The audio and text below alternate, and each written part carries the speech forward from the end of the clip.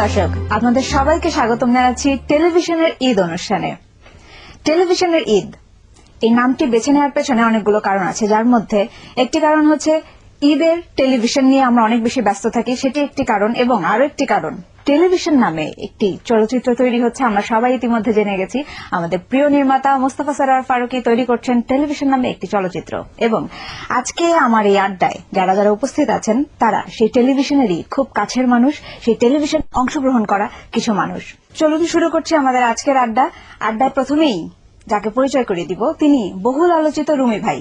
তারপরেই রয়েছেন অভিনেত্রী জুই করিম। এখানে আমরা তাকে জুই ভাবি বলতে পারি। তাকে ভাবি বলার কারণ তিনি আমাদের প্রিয় অভিনেতা মোশাররফ করিমের ওয়াইফ। রয়েছেন অভিনেতা মোশাররফ করিম। এবং তারপরে চলে যাচ্ছি আমার ডান পাশে রয়েছেন, প্রথমেই বলেছি captain of the ship Mostafa Sarwar Faruki, এবং তারপরে রয়েছেন তিশাত, এবং তারপরে রয়েছে চঞ্চল চৌধুরী, এবং তারপরে যিনি রয়েছেন তিনি হচ্ছেন ইমাম লি। আচ্ছা, আমরা টেলিভিশন প্রসঙ্গে মানে আপনার ফিল্ম প্রসঙ্গে পরে আসছি। আগেই জানতে চাই সেটা হচ্ছে যে টেলিভিশনের ঈদ, অনেকগুলো চ্যানেল, আমরা ঈদে আসলে সেই টেলিভিশন নিয়ে কে কি করি সেটা একটু জানতে চাই, এবং ঈদ নিয়ে কে কি করি। আমি তো টেলিভিশন, আমি অ্যালকোহলিক, আমি হচ্ছে টেলিভিশন হলিক।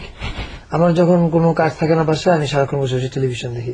এবার চলে যাবো তিশার কাছে। তিশা, ঈদে কি করা হয়? টেলিভিশন নিয়ে কি করা হয়? কিছু করা হয় না, কারণ স্কোপই পাই না। যেভাবে টক শো দেখে এবং গেম দেখে তাতে আমার কোনো স্কোপই থাকে না টেলিভিশন দেখা। না দেখে এই যে টেলিভিশনে বিভিন্ন সে ঘুমিয়ে গেলে কিন্তু সব রিপিট গুলো আমি দেখি, কারণ সে যখন আমার কোনো জানতে ইচ্ছে করছে। এখানে অনেকজন অভিনেতা অভিনেত্রী রয়েছেন, এবং তিশা যেহেতু আপনার সহধর্মিনী, তো এরা তো সবাই নাটকে অনেক বেশি এদেরকে দেখা যায়। আপনার কি কখনো ইচ্ছে করে না এদের নাটকগুলো একটু দেখতে? আপনার আমি তো বাছাই করে করে অনেক কাজই দেখি, এবং আমি এর আগে একটা লিস্ট করে রাখি যখন ঈদের শিডিউলটা দেখি যে আমি কোন কোন প্রোগ্রামগুলো দেখবো, কোন কোন কাজগুলো দেখবো। এমনকি একদমই নতুন পরিচালকের কাজও আমি বেছে বেছে দেখি, সেটা দেখি। কিন্তু রাত 12টার পরে আর কি টক শো। তারপরে সেগুলো নাটক থাকে না, টক শো ছাড়া দেখার কিছুই থাকে না। রিপিট হয় না ঈদের প্রোগ্রাম গুলো, তো ওই রিপিট গুলো আমি দেখি, ওই সৌভাগ্যটা আমার হয়। মোশাররফ ভাইয়ের কাছে চলে আসছে। মোশাররফ ভাই, ঈদে কি করা হয় টেলিভিশন নিয়ে? ঈদে টেলিভিশন নিয়ে আমি যেটা করি, আমি আসলে ভক্ত দেখি। আমি আমার বেশ কয়েক বছর যাবো ঈদে আমার গ্রামের বাড়ি চলে যাই। তো গ্রামের বাড়ি যাওয়ার ফলে যেটা হয় যে সকাল থেকেই যে কোনো ভাবেই আমার এলাকার ছেলেপেলে যারা আছে আর কি বাসায় চলে আসে।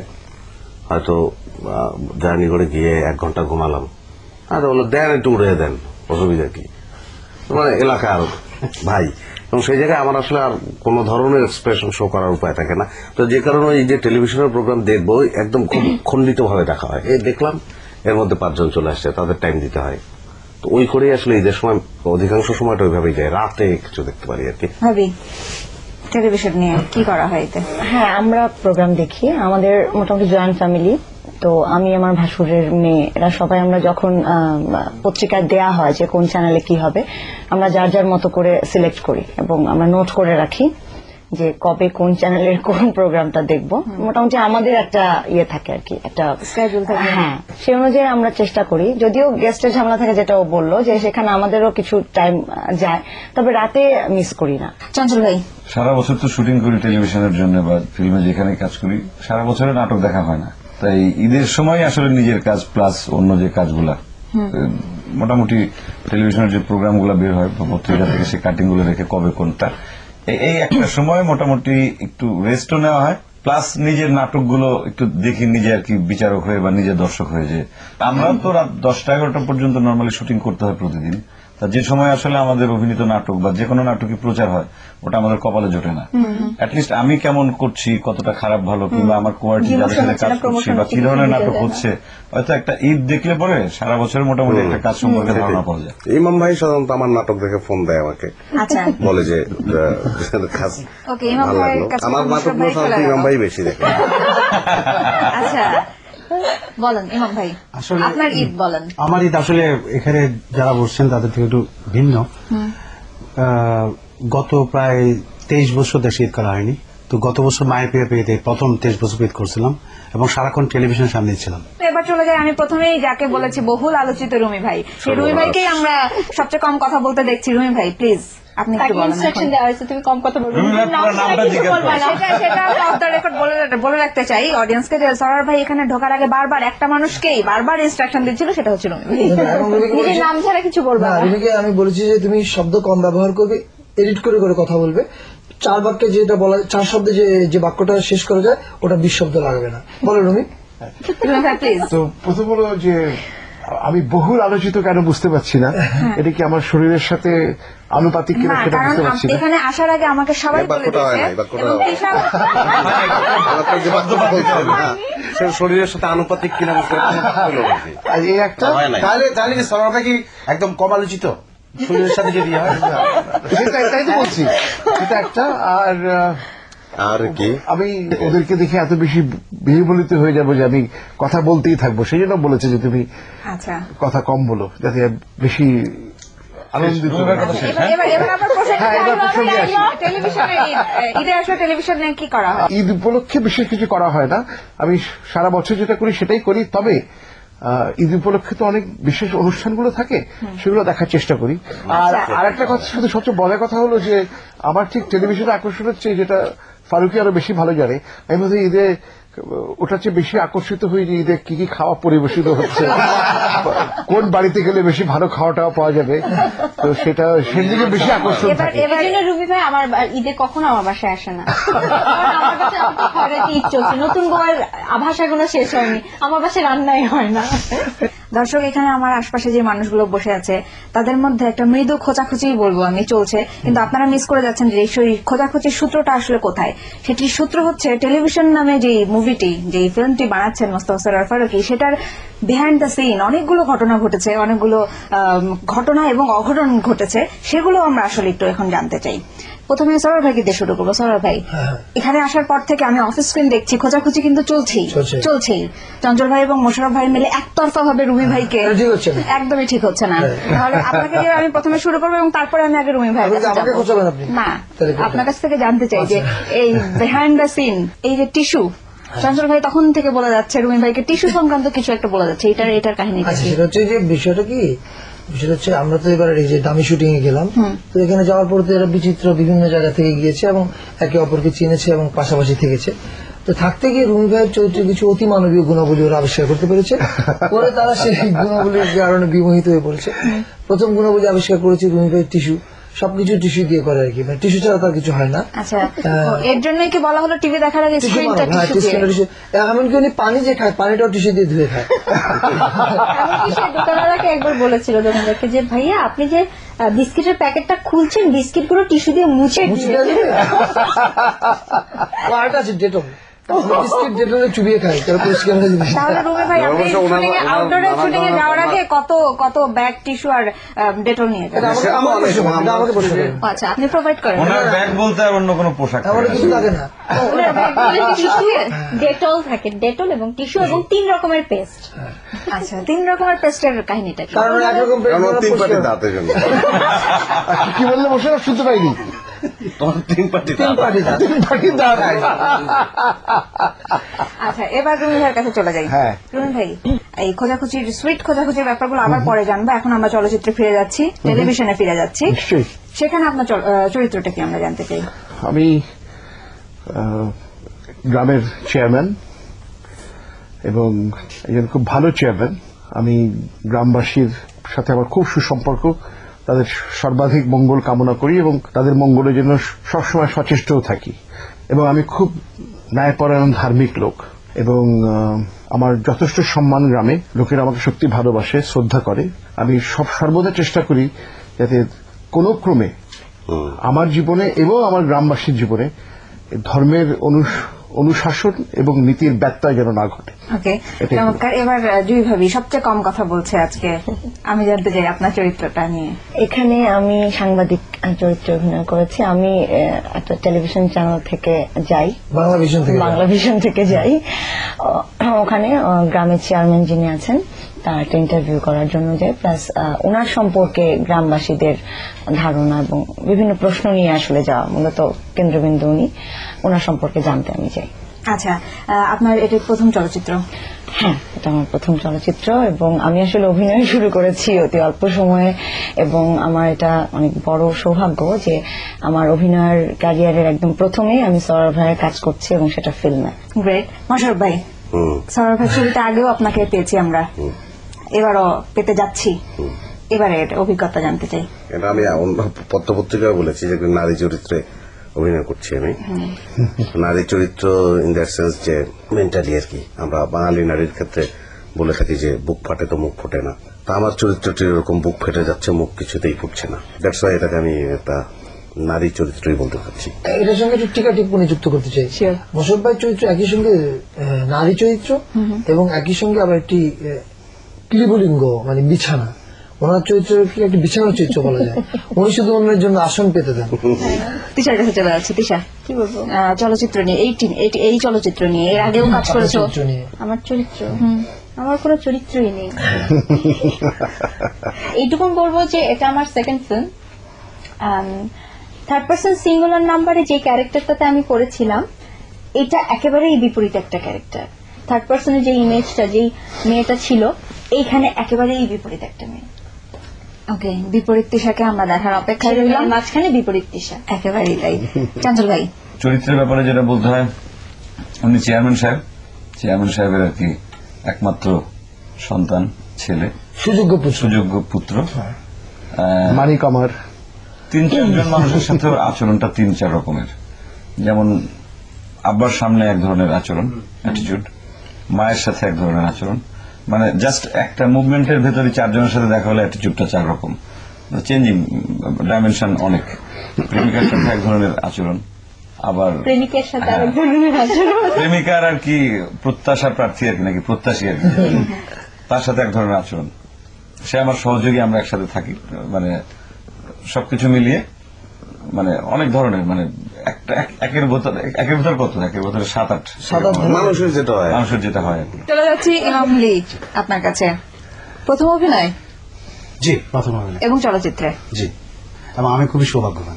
আচ্ছা, এটি একটু বড় করে শুনতে চাই আমরা। জি, এই চলচ্চিত্র অভিনয়ের জন্য কাস্টিং হওয়ার পরে আমি খুবই এক্সাইটেড ছিলাম, এবং এই অভিনয় করতে এসে আমি যেটা সবচেয়ে বেশি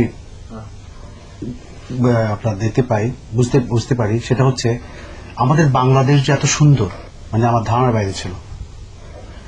এটার জন্য টেলিভিশন, এই সিনেমাটার জন্য আমাদের যে লোকেশনগুলি যে সিলেক্ট করা হয়েছে, আসলে মানে কিছু কিছু লোকেশন আছে যেখানে গেলে মন ভালো হয়ে যায় এবং দেশে থেকে যেতে ইচ্ছে করে। সবচেয়ে একটা মজার বিষয় কি, যেটা আমি জীবনে বলবো না, বাঁধ ভাঙার জন্য বড় বড় পাথর বসানো হয়, ওখানে বসে ওই নদীর থেকে মাছ ধরা ইলিশ মাছ দিয়ে আমরা ভাত খাইছিলাম। মানে সঙ্গে মাছ ধরার সঙ্গে সঙ্গে, হ্যাঁ, মাছ ধরার সঙ্গে তুমি আমার থেকে 2 পিস নিয়ে ফেলছিলা।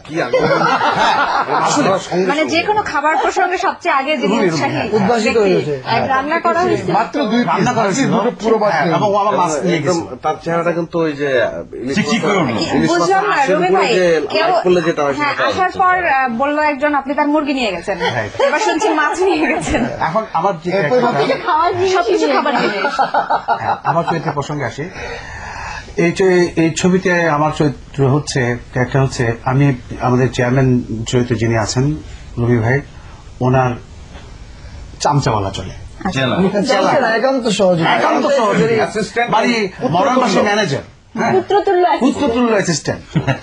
এখন ওই যে সূর্য থেকে বালির উত্তাপ বেশি থাকে না, মানে চামচা বললে কিন্তু আমরা যে ছবিটা টিপিক্যাল বাংলা সিনেমার আমরা যে দেখি যে ওটা না, যে বললো যে কপি করেছে পিছন থেকে, জি হুজুর, ওরকম একটা কিছু না। বাট আপনার ওনার সামনে আমি খুবই মানে নরম এবং খুবই শান্ত, বাট উনি যখন থাকেন না, তখন আমি ওই সূর্য থেকে বালির তাপ যখন বেশি, ওরকম খুবই মজার চরিত্র। আপনারা দেখছেন তালুকদার ইউপিভিসি পাইপ নিবেদিত বিশেষ অনুষ্ঠান টেলিভিশনের ঈদ। এবার আমরা চলে যাব সৌরভ ভাইয়ের কাছে। সৌরভ ভাই, আমরা তো মাত্র ডামি শুটিং করলাম, আমাদের মূল শুটিংটা শুরু হবে ডিসেম্বরে। এই ডামিতে আমরা যে ধরনের ফলাফল পেয়েছি, যদি আমরা এটা বজায় রাখতে পারি ডিসেম্বর জানুয়ারি পর্যন্ত, তাহলে আমার বিশ্বাস আমরা যে ধরনের একটা ছবি সবাইকে উপহার দিতে চাই সেটা দিতে পারবো। এবং আমার মনে হয় সাধারণ দর্শক ছবিটা দেখে যেমন উপভোগ করবে, আবার বাইরের ক্রিটিক সম্প্রদায়ও ছবিটাকে খুবই পছন্দ করবে বলে মনে হচ্ছে। গল্পটা সম্পর্কে আমি একটু ইঙ্গিত দিতে চাই, সেটা হচ্ছে গত কয়েকদিন আগে, আমি মনে নাই দিন তারিখ, 6-7 দিনের মধ্যে হবে, আমার 2 জন বন্ধু, লেখক বন্ধু, একজনের নাম আনিসুল হক আর একজন রাশিদা সুলতানা, গল্প লিখেন। দুইজনের স্ট্যাটাস দেখলাম সকালবেলা ঘুম থেকে উঠে। আনিস ভাই স্ট্যাটাস দিয়েছে খালিদ জিবরানের একটা কবিতা নিয়ে। সেই কবিতাটা হচ্ছে your children are not your children, মানে তোমার সন্তানেরা আসলে তোমার সন্তান Prophet-এর। নয়, হ্যাঁ প্রফেটের, হ্যাঁ জি, তোমার সন্তানেরা তোমার ভেতর থেকে আসেনি, তোমার মধ্য দিয়ে এসছে। তুমি তাদেরকে কখনোই তোমার মতো বানাতে চেষ্টা করতে পারো না, কারণ তারা বাস করে আগামীতে, তুমি বাস করো বর্তমানে। তুমি চাইলেও তাদের জগতে ভ্রমণ করতে পারবে না, স্বপ্নেও না। এই ছবিটা আসলে, এই ছবির একটা দিক হচ্ছে বাবা এবং ছেলের আন্তঃসম্পর্কটা। বাবা এবং ছেলের আন্তঃসম্পর্কের মতো মধুর এবং করুণ কোনো জিনিস পৃথিবীতে হতে পারে না। মানে বাবার পরাজয় সন্তানের পৃথিবী ধ্বংস করে দেয়, আবার সন্তানের কাছে বাবা যখন ছোট হয় তখন বাবার সবকিছু শেষ হয়ে যায়। আমার ধারণা এই ছবিতে এই গল্পের একটা আঙ্গিক আছে, এটা সেই আঙ্গিকটা বাংলাদেশের সকল বাবা বা সন্তান যারা, যে তার বাবাকে ভালোবাসে কিংবা বাসে না, যে পিতা তার সন্তানকে ভালোবাসে কিংবা বাসে না, তাদের সবার কাছে এই ছবিটার সত্যিকার অর্থে তাদের হৃদয় ছুঁয়ে যাবে। এটা একটা অ্যাঙ্গেল। আর আরেকটা অ্যাঙ্গেল হচ্ছে একই দিন সকালে কাকতালীয় ভাবে দেখি রাশিদা সুলতানার স্ট্যাটাস, সালভাদর দালির একটা কোটেশন, আমার কোটেশন হুবহু মনে নেই, টেলিভিশন নিয়ে একটা স্ট্যাটাস। ওটার সারমর্মটা হচ্ছে এই যে টেলিভিশন আসলে কি, তো এক একজনের কাছে এক এক রকম। তো সে ক্রিয়েটিভ মানুষের কাছে আসলে টেলিভিশনটা কি, সেটা হচ্ছে এরকম যে আপনি যদি if you can create your television, আপনি যদি আপনার টেলিভিশন কল্পনায় তৈরি করে নিতে পারেন, চোখ বন্ধ করলে আপনি যদি আপনার টেলিভিশন তৈরি করতে পারেন, তাহলে সত্যিকার টেলিভিশন যা যা দেখায় তার চেয়ে অনেক বেশি বেশি জিনিস আপনি দেখতে পাবেন, এমন এমন জিনিস দেখতে পাবেন যেটা টেলিভিশনে কখনো দেখায় না। চলে যাচ্ছি জুই ভাবির কাছে। জুই ভাবি, এই যে শক্তিমান তিনজন অভিনেতা অভিনেত্রী, তাদের সাথে নিজেকে মার্চ করানো এবং চলচ্চিত্রে প্রথম অভিনয় কেমন হলো? যেহেতু আমি সাংবাদিক চরিত্রে অভিনয় করছি, সেক্ষেত্রে সৌরভ ভাইয়ের নির্দেশ ছিল যে আমি যেন টেলিভিশনে বেশি বেশি করে এই ধরনের ইয়েগুলো দেখি, মুন্নি সাহা বা বিশেষ করে মুন্নি সাহা ফোকাস করে দিয়েছিল যে মুন্নি সাহা, মানে মুন্নি সাহা যেরকম ইন্টারভিউ গুলো নেওয়ার সময় অনেক সাথে পোর্ট্রে করার জন্য, না না না, বিষয়টা সেরকম না, বিষয়টা হচ্ছে ক্লোজ রেফারেন্স। হ্যাঁ, কারণ হচ্ছে যে উনি অনেক ধরনের কোশ্চেন করেন যেগুলো আসলে মানে সাহসী প্রশ্ন যেটাকে বলা যায়, অনেকেই হয়তো অনেক সাংবাদিক পারেন না। তো আমার ক্যারেক্টারটার সাথে আসলে এই ব্যাপারটা কিছুটা জড়িত ছিল বিধায় সৌরভ ভাই আমাকে নির্দেশ দিয়েছিলেন যে আমি যেন মুন্নি সাহার যে ইন্টারভিউ গুলো করেন উনি বাইরে গিয়ে, সেই ধরনের প্রোগ্রামগুলো দেখি। এটা একটা আমার প্রস্তুতি ছিল। আর আসলে আমি তো একটু ভীতই ছিলাম, কারণ ওরা এতদিন যাবৎ কাজ করতেছে এবং এত ভালো করে, এতদিন তো দর্শক হিসেবে দেখেছি, এখন নিজে করতে গিয়েছি। তবে আমার মোশাররফ ভাইয়ের পার্টিসিপেশন কেমন ছিল? ওর আসলে থাকে না, এটা সত্যি কথা। ও সবসময় বলে যে তুমি ফিল করো তোমার যেটা মনে হয় এবং তোমার পরিচালক যেটা বলে সেটাকে বোঝার চেষ্টা করো। আসলে মোশাররফ বেসিক্যালি কোনো কোঅপারেশনই করে।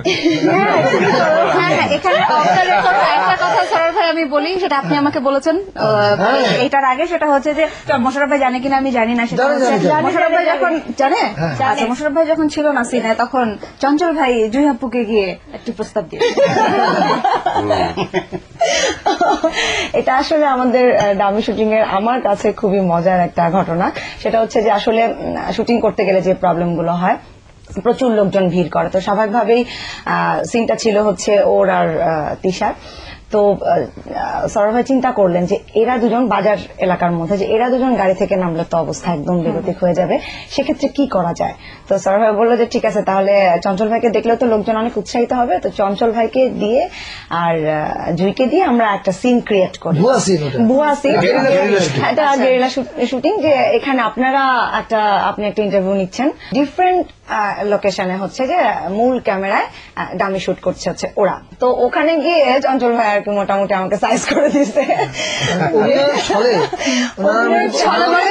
অনেক কথা বলে দিয়েছে, আমাকে প্রস্তাব দিয়েছে।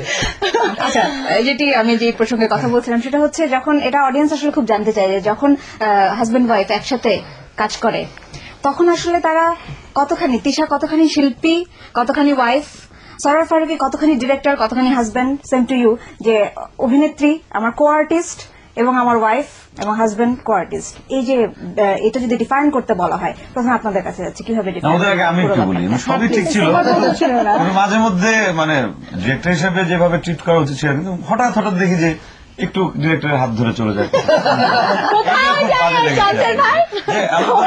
চঞ্চল ভাই নায়িকা আরেকজনের হাত ধরে ঘটনাটা ঘটে কি, মানে এই জায়গায় আমি বলবো যে সৌরভ ভাইয়ের মানে সে যে সব স্বাদ গ্রহণ করার অদ্ভুত এক ক্ষমতা, সে যখন ডিরেক্টর তখন 100% ডিরেক্টর, যে মতো বলো যে প্যাক আপ সঙ্গে সঙ্গে কিন্তু এরকম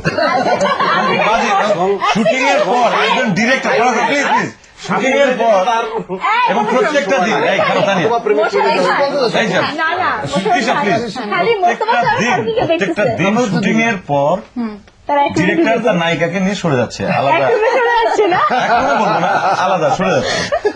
এটা অনেক সময় দৃষ্টিকটু লেগেছে আমাদের, কারণ আমরা তোকে কোয়ার্টিস্ট হিসেবে দাবি না, করি। আমি একটু বলতে চাই, আমি আপনাদের আসলে প্রাপ্য। না, এটা আমার উচিত হয়নি। আমি আসলে চঞ্চল ভাইকে নিয়ে হাত ধরে সরে যাওয়ার কথা ছিল, যেতামও, কিন্তু চঞ্চল ভাই হাত ধরে রেখেছে। হাত খালি ছিল না, চঞ্চল ভাই ইমামি হাত ধরে রেখেছে, জুই ভাবি ভাইয়ের হাত ধরে রেখেছে। বেচারা কি করবে মানে রুমি ভাই হাত খুঁজে বেরিয়ে না, আমি হাত খুঁজে বেড়াচ্ছি, রুমি ভাই টিস্যু টিস্যু ধরে আছি, টিস্যু দিয়ে কার হাত ধরবো সেটা আশঙ্কা করছিলাম। না, তুমি তো গ্রামের মেয়েদের হাত ধরার জন্য পাগল হয়েছিলা। আচ্ছা, না এবার সিরিয়াসলি জানতে চাই। সিরিয়াস ভাই, একসঙ্গে অ্যাক্টিং করা হয়েছে দু একটা নাটকে, তো সেই ক্ষেত্রে আমার প্রথম থেকে এক ধরনের সচেতনতা কাজ করতো, আমার নিজের অ্যাক্টিং এর চেয়েও, যেহেতু আমি আবার এটা ঠিক যে খুব একটু মাতবরি করা, যে অভিনয়টা এরকম না এরকম করতো, এটা আমার মনে হয় না। যে আমার মনে হয় যে ডিরেক্টর যেভাবে বলছে কোথাও লজিক্যাল মনে হলে অন্য একজন কোয়ার্টিস্টকে যেভাবে আমি বলি সেভাবেই বলার চেষ্টা করেছি, কিন্তু তারপরেও তো ভেতর থেকে মনে হয় যে না, বউটার অ্যাক্টিংটা যেন ভালো। সেই জায়গা থেকে যেমন অ্যাক্টিং করার সময় আমার প্রথম থেকে যে ভেজালটা হলো যে না, ও শট নিচ্ছে, আমিও আছি, ও ডায়লগ যখন দিল তখন দেখলাম যে অভিনয়টা আমারটা খারাপ হলো, কারণ ওর দিকে তাকায় কোনো ক্রমে আমার মনে হচ্ছে না যে তোমার কোয়ার্টিস্ট মানে নায়িকা সুলভ যে প্রেমিকা, সেটা মনে হচ্ছে না, মানে কৃত্রিম তো মনে হচ্ছে না, জেনুইন ঘরের বউ, সে হঠাৎ করে প্রেমিকা হয়ে সামনে দাঁড়ায়। এই সূক্ষ্ম পার্থক্যটা, একটা পার্থক্য আছে কিন্তু। আমি তোর সঙ্গে অ্যাক্টিং যখন করলাম সামনাসামনি, এর মধ্যে কিন্তু একটা কৃত্রিম ব্যাপার আছে। আমি জানি তা নিয়ে আমার বউ না, তা নিয়ে আমার প্রেমিকা না, কিন্তু প্রেম করতেছি, মানে এটাই ভালো, মানে ঠিক আছে, কিন্তু এটাই ভালো, কিন্তু স্যার এটাই ভালো। কিন্তু একদম পুরা হালাল বউ যখন এসে প্রেমিকা হয়ে গেল। হারাম বউ আছে নাকি? হারাম বউ তো এগুলোই, যেগুলির সঙ্গে অ্যাক্টিং করি, মানে প্রতি মুহূর্তে যারা বউ হয় আর কি। তো সেই জায়গায় গিয়ে কিন্তু একটা দূর কি করতে যাচ্ছি, এটা কি দরকার, সঙ্গে এরকম একটা ফিলিং কিন্তু হয়। তো সেই জায়গা থেকে আমার মনে হলো যে না, অ্যাক্টিংটা খারাপ করলে তো চলবে না। চোখের দিকে তাকিয়ে অ্যাক্টিং করার ক্ষেত্রে মানে প্রথম আমার ঝামেলা হয়েছে। সৌরভ ভাই এবং তিশার কাছে আসছি। তিশা অনেক কাজ করা হয়েছে সৌরভ ভাইয়ের সাথে, সৌরভ ভাই অনেক কাজ করা হয়েছে তিশার সাথে। এভাবে ইশারা করে কোনো লাভ হবে না, আমার দিকে তাকাতে হবে। হ্যাঁ, দুজনের সাথে অনেকগুলো কাজ করা হয়েছে। না, বউ হিসেবে এই ফার্স্ট কাজ, বউ হিসেবে প্রথম, বউ হিসেবে এই ফার্স্ট কাজ করছি। ওকে।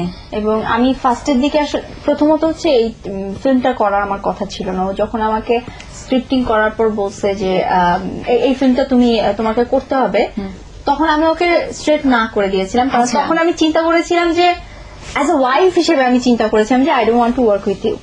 বিয়ের পর আমি তোমার সাথে কাজ করতে চাই না, তুমি আরো 2-3টা ফিল্ম বানাও, তারপরে আমি তোমার সাথে কাজ করব, অ্যাজ এ ওয়াইফ হিসেবে চিন্তা করেছিলাম।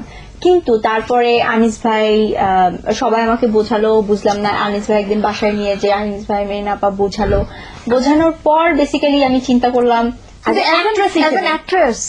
অ্যাক্ট্রেস হিসেবে চিন্তা করলাম। তারপর আমি স্ক্রিপ্টটা চাইলাম, স্ক্রিপ্টটা পড়ার পর নিজের কাছেও লোভ লাগলো। এবং তখন বউ হিসাবটা বাদ দিয়ে আমি চিন্তা করলাম যে অ্যাজ এ অ্যাক্ট্রেস হিসেবে হইলে গিয়ে আমি এই কাজটা করতাম। যখন আমি এটা ফিল করলাম যে না, অ্যাক্ট্রেস হিসেবে আমি যদি থাকতাম, যদি বিয়ে না হতো, তাহলে আমি ডেফিনেটলি এই ক্যারেক্টারটা করতে চাইতাম।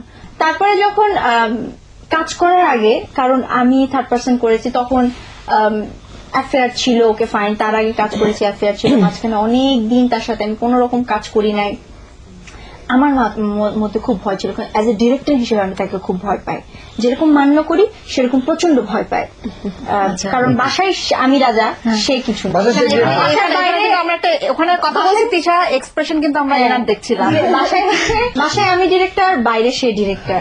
সো বাসায় কখনো আমার উপর দিয়ে, সে আমার উপর দিয়ে কথা বলে না, বাইরে আমি কখনো তার উপর দিয়ে কথা বলি না। তো যখন ও ডিরেক্টর, আমি কাজ করছি, আমি সত্যি কথা বলি, প্রথম দিকে আমি খুব ভয় পেয়েছিলাম। কিন্তু 1-2 দিন শুটিং করার পরে আস্তে আস্তে যখন গ্রিপে চলে আসলো ক্যারেক্টারটা, এবং আয়ত্তে চলে আসলো, তখন আসলে ও যেটা বলে সেটা অ্যাজ এ ডিরেক্টর হিসেবে শোনার চেষ্টা করি এবং বুঝে কাজ করার চেষ্টা করি, অন্যান্য ডিরেক্টরের সাথে যেভাবে আমি কাজ করি। এই যে ডামি শুটিং, আপনার কাছে জানতে চাই, ডামি শুটিং সবার এত প্রিপারেশন, আপনার নিজেরও এত প্রিপারেশন, এত টেনশন, এত স্বপ্ন, সবকিছু ঘিরে এই ফিল্মটাকে ঘিরে আর কি মনে হলো? ডামি শুটিং তো শেষ, কি মনে হলো?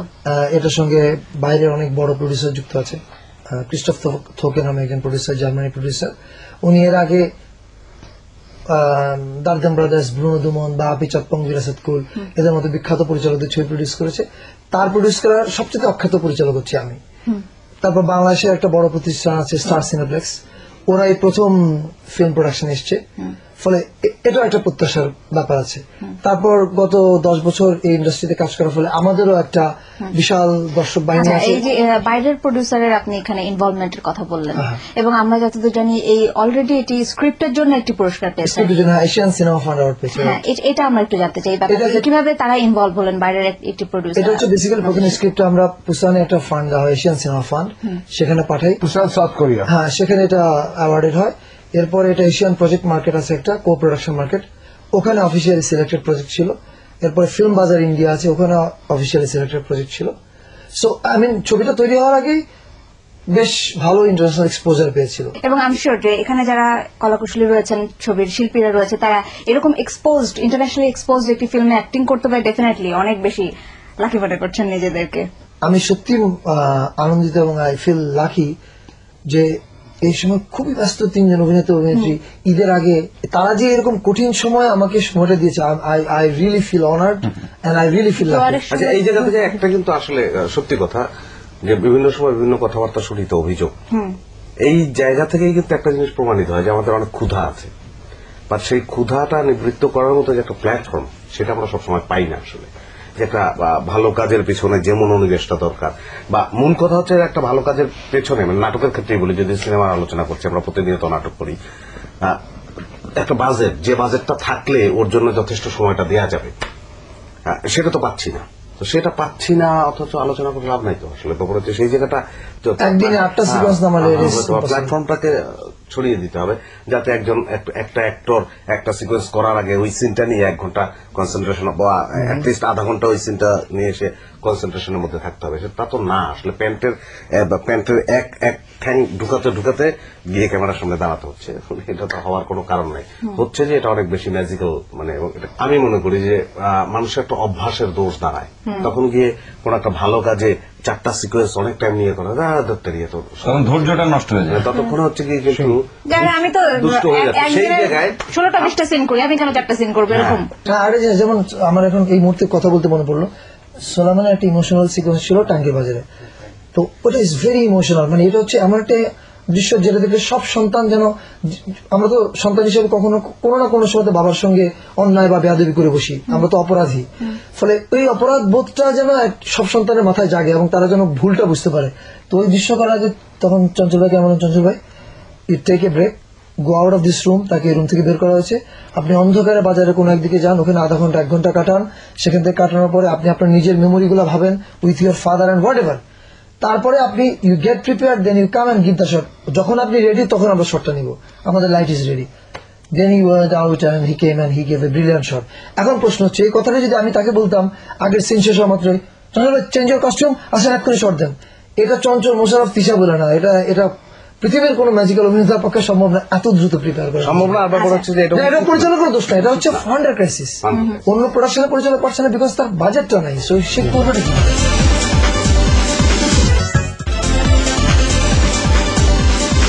ছবিটা মুক্তি পাচ্ছে কবে? বহুল প্রতীক্ষিত এবং এত আলোচনা, এত কিছুর পর অবশ্যই অডিয়েন্স জানতে চাইবে যে ছবি মুক্তি পাচ্ছে কবে। আমার বিশ্বাস আমরা জানুয়ারির মধ্যে শুটিং শেষ করতে পারবো, ফেব্রুয়ারির মধ্যে আমাদের অডিও অ্যালবাম বাজারে আসবে। মিউজিক একটি ইম্পর্টেন্ট ব্যাপার, সেটি কে করছে এই ছবিতে? এখন পর্যন্ত এটার গানের কাজগুলো করছে অর্ণব আর হৃদয় খান, বাচ্চু ভাই এটার ব্যাকগ্রাউন্ড মিউজিকে কাজ করবে। এবং আমার ইচ্ছা আছে হাবিব, যেহেতু I M a big fan of Habib, আমরা একসঙ্গে অনেক কাজ করেছি, হাবিবের সঙ্গে এই ছবির কাজ করার ইচ্ছা আছে। আচ্ছা, একটা কমন প্রশ্ন, এই প্রশ্নটি আমি সবার কাছেই আসবো, ছোট্ট ছোট্ট করে আমরা উত্তর জানতে চাইবো। সেটা হচ্ছে যে এই ছবিতে আমি যদি একদম নর্মাল একজন আম জনতা হিসেবে জানতে চাই ডিরেক্টরের কাছে, যে আর কি দেখার আছে এই ছবিতে? আমাকে যদি জিজ্ঞেস করেন আমি বলবো এর প্রথম কারণ দর্শক দারুণ একটা গল্প দেখবে এবং এমন একটা জনপদ দেখবে যে জনপদটা একদম তাজা কই মাছের মতো জীবন্ত হয়ে উঠছে সবার সামনে। এবং আমাদের মনেরও যে অনেক মন থাকে, মনের ভিতরে যে কত গোপন অলিগলি থাকে, আমরা কার্পেট দিয়ে ঢেকে রাখি, কার্পেটটা উল্টালে পরে যে নরম কাদা বের হয়ে আসে, সেই কাদাগুলো দেখতে পাবে। মানবিক সম্পর্কগুলো দেখতে পাবে, পিতা পুত্রের সম্পর্ক, শাশ্বত সম্পর্ক সেটা দেখতে পাবে, প্রেমিক প্রেমিকার সম্পর্কগুলো দেখতে পাবে। সে কারণে ছবিটা দেখবে তারা। তিশার কাছে যেতে চাই এখন। এখনকার জীবন, আমাদের জীবন, আমার মায়ের সাথে আমার সম্পর্ক, আমার শাশুড়ির সাথে আমার সম্পর্ক, বা ওর মায়ের সাথে ওর সম্পর্ক এত বেশি হয়ে গেছে যে কি বলবো, ফোনে কথা বলে ওকে ফাইন মা, পরে কথা বলছি, আমি শর্টে আছি, যান্ত্রিক একটা হয়ে গেছে। সম্পর্কটা যে ঠুনকো না বা যান্ত্রিক না, এর মধ্যে যে কিছু ইমোশন আছে, সুইটনেস আছে, আবার জটিলতা আছে, সেই জটিলতা থেকে বের হয়ে আসার পদ্ধতিও আছে। মানে ওই জিনিসগুলো দেখতে চাইবে। ভেঙে যাওয়া সম্পর্কের মানে কি বলবো, ডেস্টিনেশন না, এই জিনিসটা পাবে ডেফিনেটলি। আমার কাছে মনে হচ্ছে। অভিনয় চৌধুরী, আপনার কাছে যাবো। আমরা যখন একটা নাটক দেখি বা সিনেমা দেখি, আমরা তো একটা জার্নি করি, 1 ঘন্টা জার্নি করি নাটকে, বা সিনেমাতে 2.5 ঘন্টা বা এরকম একটা জার্নি করি। তো সেই জার্নিটা যদি আমার কাছে বিশ্বাসযোগ্য হয়, ভালো লাগে, যে আমি যদি জার্নির একটা পার্ট হয়ে যাই, তাহলে আর সেই জার্নিটা করতে আর কোনো মানে ব্রেক পেতে হয় না, আবেগের সাথেই পার হওয়া যায়। তা আমার মনে হয় কি যে এই সিনেমাটি মানে যে কোনো মানুষ এই সিনেমার সাথে জার্নি করতে পারবে, মনে হবে যে সে এই সিনেমারই সেও একজন মানে পারফর্মার, যাত্রী। এবার ইমাম ভাই আপনার কাছে চলে যাচ্ছি। আমি একটা কথাই বলতে চাই, দর্শকরা একটা আন্তর্জাতিক মানের ছবি দেখবেন। চমৎকার। রুমি ভাই। আমার বাবার সাথে আমার সম্পর্ক পুত্র হিসেবে, তারপরে চেয়ারম্যান হিসেবে আমার গ্রামবাসীর সাথে সম্পর্ক, আমি প্রকৃতি এটা এত বাস্তব, এবং সম্পর্কের মধ্যে যে সংঘাত, আমার মমত্ববোধ, যেটা শাশ্বত ব্যাপার, এই একটা জিনিস আছে। আরেকটা হলো যে এই ছবিতে সবচেয়ে যেটা আকর্ষণীয় দিক, যেটা আমাদের একেবারে মানব জন্মের প্রথম থেকে অদ্যাবধি এবং চলতেই থাকবে, যে নতুন এবং পুরনোর যে সংঘাত, এবং পুরনো যে সেটাকে আঁকড়ে ধরে রাখছে এবং নতুনের কাছে খুলছে না, জানালা খুলছে না, তাতে যে সমস্যাগুলো হচ্ছে, সেটা এখানে খুব সুন্দরভাবে উঠে আসছে ছবিতে। ইমাম ভাই আপনার কাছে চলে যাচ্ছি। ডামি শুট নিয়ে অনেকগুলো কথা বলেছি, কিন্তু ডামি শুটেই নাকি আপনাকে মার খেতে হয়েছে, এটা কি সত্যি? গল্পটা তুমি বলো ভাই। হ্যাঁ, গল্পটা না বললেই নয়। আসলে আমরা যখন ডামি শুট করছিলাম, তা আমরা যারা সরাবের টিমে যারা আছি, আমরা তো সবাই বুঝি ডামি জিনিসটা কি। আর ওখানে গ্রামের অনেক লোকজন ছিলেন যারা ডামি জিনিসটা বুঝেন না। তো একটা দৃশ্য ছিল, সিকোয়েন্স ছিল যে আমাকে মারা হবে একটা, এবং আমাকে বলা হয়েছে তোমাকে ঘুষি মারা হবে, এবং ওদিন ভয়ে আমি আসলে যে যখন ওই শুটিং স্পটের আশপাশ থেকে দূরেই ছিলাম, পরে আমার ডাক করলো আসো। তো যেহেতু ডামি শট হচ্ছে, মোশাররফ ভাই বললো তোমার আমি বাঁচাই দেবো, মারবো না, যেহেতু তোমাকে আসলে মারটা দেওয়া হবে অরিজিনাল শুটিং এ, তো এইবারে টেস্ট একটু বুঝে নিও, তুমি ডামি একটু বুঝে নিবা। হ্যাঁ ঠিক আছে। একটা ডায়লগ ছিল যে মানে আমি মোশাররফ ভাইকে উদ্দেশ্য করে বলবো বা সবাইকে, উনি এসে আমাকে অ্যাক্টিংটাই করলেন, কিন্তু বাকি মানুষজন আমাকে ঝাঁপিয়ে মানে মারা মানে কি, মোশাররফের মারার কথা মোশাররফ ঠেকাচ্ছে, অন্যরা ওরা মেরে ওর আঙ্গুল এবং ঠোঁট ফাটিয়ে দিয়েছে, আঙ্গুল ফাটিয়েছে, এবং ও নিচ থেকে চিৎকার করছে, আরে ভাই করতেছেন কি, এটা তো ডামি। কিন্তু ও যে মারেনি, এটা হচ্ছে লি ভাই আমার সাথে একটা মানে চিট করেছে। তা আমি তো ওই ইয়ের সময় ছিলাম না, আমি খাচ্ছিলাম, তো উনি বেশ একদম বিধ্বস্ত অবস্থায় আসলেন এবং এসে বলতেছে, ভাবি মোশাররফ একটা আপনাকে বিচার করতে হবে। কি বিচার নিবে? মোশাররফ ভাই মেরে আমার ঠোঁট ফাটিয়ে দিয়েছে এবং আমার আঙুল ভেঙে দিয়েছে। এবং দেন হাফ অ্যান আওয়ার পরে আমি জানতে পারলাম যে বিষয়টা আসলে তা না, অন্যান্য লোকজন। এখানে আরেকটা ঘটনা আছে, সেটা হচ্ছে মোশাররফও অনেক মানে পৌরুষদীপ্ত ছিল সেই সময়, তিনি দুর্বল হয়ে যান। এখন তিনি বলছেন, এখন সরোয়ার ভাই বলছে যে মারতে তো হবে, অ্যাটলিস্ট বিশ্বাসযোগ্য ফ্রেমে যদি আসে কিলটা, এই ঘুষিটা, তাহলে তো ওটা যদি ফলস হয়ে যায় তাহলে তো ঝামেলা হবে, ওটা রিয়েল অর্থে যেন মারা হয়। ও তখন কনফিউশনে পড়ে গেল যে মানে যাওয়ার সময় কিছু জিনিসপত্র খাওয়া দাওয়ার নিয়ে যায় আমাদের জন্য। মানে ইমামলি সবসময় মোশাররফকে gift করে। মোশাররফকে এরই মধ্যে এমন ভাবে এন্টারটেইন করেছে, মোশাররফ বলতে তাহলে তো এই সম্পর্কটা ভালো করতাম না, ওকে যদি আমাকে মারতেই হবে তাহলে আমি ওই গ্যাপটা তৈরি করে রাখতাম আগে থেকে, যাতে নিশান আর ইমাম কেন আগে থেকে মোশাররফকে পুরো ডামি শুটিং এ বিভিন্ন সময় সে গিফট করতো, কারণ ইমাম তো প্রথমেই জানে যে এই শুটিং মোশাররফ শেষ করে মারবে। মোশাররফ তাকে মারবে, মারবে। সুতরাং আগে থেকে সে নানান উপঢৌকন তাকে দিয়েছে। দুর্বলতা তৈরি করে। আমি সবাই বললাম যে কি দরকার ছিল, এর সঙ্গে আমার পরিচয় না হয়তো অপরিচিত লোক মাইকটা জমিয়ে দেওয়া যেত। বাই দিস টাইম একটা বন্ধুত্ব হয়ে গেছে, এখন চোখের দিকে তাকে কিভাবে পারবো। কিন্তু আমি খুব ভয় আছে এবার যে আমরা যে- জানুয়ারি মাসে যে মাইটটা হবে তার আগে সেটা তো রিয়েলি হবে। রিয়েলি হবে, মানে ছাদ দিবে না বোধহয়। আর উপটুকু নিবেন না। আচ্ছা না। মোশাররফ ভাই বলেন। সবচেয়ে বড় যে ব্যাপারটা, যে কারণে দেখবে বা দেখতেই হবে, আমি মনে করি সেটা হচ্ছে দ্বন্দ্ব, মানে সম্পর্কের দ্বন্দ্ব, সময়ের দ্বন্দ্ব, সময়ের দ্বন্দ্ব, মানে মোমেন্টের মালায় এই গল্পটা কথা। এবং সেখানে যে সম্পর্কের দ্বন্দ্ব, সেখানে যে প্রেমের দ্বন্দ্ব, মানে প্রত্যেকটাকেই যদি আমি বাবার সঙ্গে ছেলের সম্পর্ক তো একটা প্রেম, এবং সেই প্রেমের জায়গায় কোনো ঘাটতি নেই, ঘাটতিটা হচ্ছে গিয়ে বোঝাবুঝির জায়গায়, দেখার জায়গা, দৃষ্টিভঙ্গির জায়গা। এবং আমাদের দেখতে দেখতে মনে হবে যে আরে এই ক্যারেক্টার তো আমার দেখা, কিন্তু আমি তো এইভাবে ভাবি নাই, এই যে আমার দেখা অথচ আমি এইভাবে ভাবি নাই। তার মানে এখানে আমরা একটা কমপ্লিট গ্রামের প্যাকেজ এক বাক্যে কথাটি যখন চলে এসেছে, আমরা অনুষ্ঠানের একদম শেষ পর্যায়ে চলে এসেছি। এবার আমরা এক বাক্যে একটি করে কথা বলবো। শুরু করব অবশ্যই সৌরভ ভাইকে দিয়ে। আমাকে দিয়ে। যারা আমাদের দর্শক, যারা আমাদেরকে ভালোবাসেন, তাদের সবার কাছে একটাই বক্তব্য আমাদের, আপনারা ছবিটা যখন রিলিজ হবে হলে এসে ছবিটা দেখবেন সবাই, এবং অন্যদেরকে হলে এসে দেখতে বলবেন। শুধু আমার ছবি না, নতুন দিনের যে সমস্ত পরিচালকরা ছবি বানাচ্ছেন তাদের সবার ছবি দেখতে হলে আসবেন। এই কারণে যে যদি আপনারা সবাই হলে আসেন তাহলে 3-4 বছর পরে আমাদের ইন্ডাস্ট্রিটা পুরোটাই বদলে গেছে, এটা আমরা বলতে পারবো। Thank you. এবং ঈদ মোবারক। চঞ্চল মোশাররফ ভাই। না, আমার আসলে সৌরভের কথার সঙ্গে আমি খুব একমত। আমার মনে হয় যে দর্শকদের আশাটা, তাদের অংশীভূত হওয়া খুব জরুরি।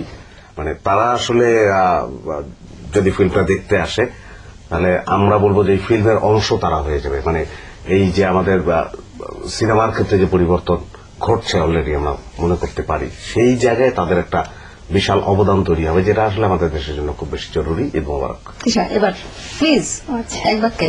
আচ্ছা, আমি 2 বাক্যে বলবো। সরি, প্রথম বাক্য হচ্ছে সবাই আমরা এটা বলতে ভুলে গেছি যে আমাদের এই ফিল্মটার মিডিয়া পার্টনার বাংলাভিশন।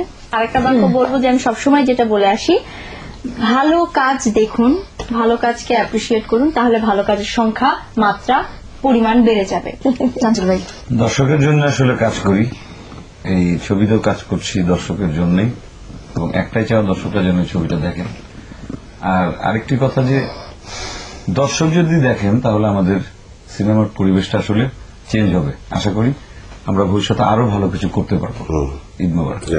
ধন্যবাদ। ইমাম ভাই আপনি কোরিয়ান ভাষায় ঈদ মোবারক বলুন, তাহলে আপনার এক বাক্য প্লিজ। এবং এখানে একটা জিনিস বলে রাখছি, সেটা আমরা অনুষ্ঠান শেষ করব একটি কোরিয়ান গান দিয়ে ইমাম ভাইয়ের মুখে। দর্শকদের কাছে একটা অনুরোধ যে আমাকে দেখার জন্য আসবেন হলে, বিকজ আমি অনেক দূর থেকে এসে অভিনয় করতেছি এবং কোরিয়া থেকে কোরিয়ান ভাষায় ঈদ মোবারক বলুন। হ্যাঁ, কোরিয়ান ভাষায় ঈদ মোবারক বলা হবে ঈদ মোবারক। এবার রোহন ভাইয়ের কাছে চলে যাবো। রোহন ভাই এক বাক্যে। আমি প্রথমে সবাইকে ঈদ মোবারক জানাচ্ছি, এবং পেশার সাথে মিলিয়ে বাংলা ভিশনকে সবিশেষ ধন্যবাদ। আর দর্শকরা ছবিটা দেখতে আসুন, এবং এই ছবিটা আমরা দর্শকের জন্যই করছি, সমাজের জন্য করছি, এবং এই ছবি যদি আমরা বিন্দুমাত্র দেশকে এবং সমাজকে কিছু দিতে পারি এবং শৈল্পিক কোনো নিদর্শন রাখতে পারি, তাতেই আমাদের আনন্দ। বাহ, চমৎকার। ছবিটা অবশ্যই হলে গিয়ে দেখবেন। আর আমার প্রথম কাজে আমি তো অনেক বেশি এক্সাইটেড যে দর্শকরা হলে গিয়ে দেখলে আমারও একটা দর্শক শ্রেণী তৈরি হবে। তো সবাইকে আমি অনুরোধ করব যে আমি তো সবাইকে বলবোই যাওয়ার জন্য, আপনারাও নিজেরা যাবেন, আরো আপনাদের যারা পরিচিত আছে, বন্ধু বান্ধব আছে, সবাই দল নিয়ে গিয়ে দেখে আসবেন ফিল্মটা, এবং সবাইকে ঈদ মোবারক। অনেক ধন্যবাদ। সুপ্রিয় দর্শক, আমরা এখানে মাত্র 7 জনকে উপস্থিত করতে পেরেছি। টেলিভিশন যে চলচ্চিত্র, সেখানে 7 জনই নয়, সেখানে আরো অনেক মানুষ জড়িত, অনেক মানুষের শ্রম, অনেক মানুষের মেধা, অনেক মানুষের স্বপ্ন জড়িত। আপনারা যদি এই ফিল্মটি দেখেন, অবশ্যই হলে গিয়ে যদি দেখেন, তাহলে এই সবগুলো মানুষের এত কষ্ট, এত শ্রম, এত সাধনা, সবকিছু, স্বপ্ন সব সত্যি হবে। দর্শক, এদের স্বপ্ন পূরণে এদের সাথেই থাকুন, অবশ্যই হলে গিয়ে ফিল্মটি দেখুন। সবাইকে আবারও জানাচ্ছি ঈদ মোবারক। যেমনটি বলেছিলাম, গান দিয়ে শেষ করব। 텔레비전에 내가 나와면은 정말 죽겠네.